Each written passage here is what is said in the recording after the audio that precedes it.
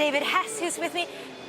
You said you're going to get a couple of hundred orders out of this show, looking to be a pretty good show for you. Yeah, we're pretty excited. We've already got a backlog of more than 1,200 engines for the 4 new applications that we're developing now. And we expect that number to grow by at least a couple of hundred engines during the show. So we're pretty excited. Now, one of the big talks of this show has been the A320neo, Airbus's new single-aisle, narrow-body plane. It's got, some of them have your engines on it. You've said you'd like about 50% of those to have your engines. Do you think you'll meet that target? We're pretty confident. We think we've got a much better engine, and we're much further ahead in development. We've already got the first 3 engines in test. In fact, the first one may take to the air for the first time today, and the other guy right now has a paper engine. So we've got a much better engine. It's a very innovative engine with a geared architecture that gives us tremendous advantages in terms of fuel burn, maintenance costs, and acoustics.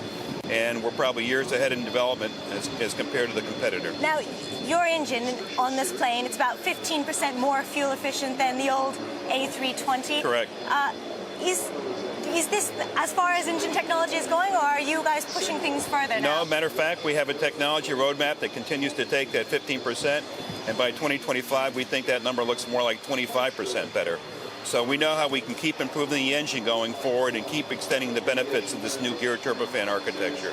Now, you've had some pretty optimistic expectations for your growth. You've said you expect your sales to double by the end of the decade. We do. Where's that growth coming from? Well, again, we're developing 4 new applications now for the MRJ, the C Series, the A320neo that you mentioned, and the MC21. So a lot of the growth will come from those new platforms.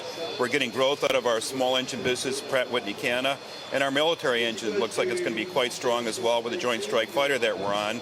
That will get a lot of growth out in the back half of this decade as well. So all the segments of Pratt Whitney look very healthy and look like they got strong growth in front of them. Now, you mentioned the C Series. That, of course, is Bombardier's, the Correct. Canadian plane makers' challenger to the A320 and Boeing 737. You're the only engine maker for that plane, but it hasn't been selling so well so far. Are you disappointed with the number of orders that plane has gotten so far? No, I think it's still early. The plane won't enter service until late 2013, and some of the early slots are already sold out.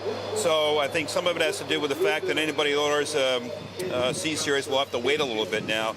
But clearly, as you get closer to entry into service, I think you'll see the orders pick up. In fact, I wouldn't be surprised to see some more good news about orders at the show for the C Series. I mean, particularly in that single aisle market, we've had pretty much a duopoly between Airbus and Boeing. We've got a lot of new competitors going into that market, Bombardier, Comair from China.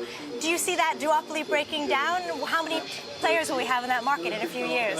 Clearly, the space is becoming more crowded. I think Comac will be a legitimate entry into the field. They're starting with the C919, but it's clear that that's going to be their first among many airplanes, and they're already talking to us about possibly applying our engine for some of their new aircraft or other derivatives of the C919. So there are others joining the field. So that, okay, great. Well, I think we have to leave it there, but thank you so much for joining us.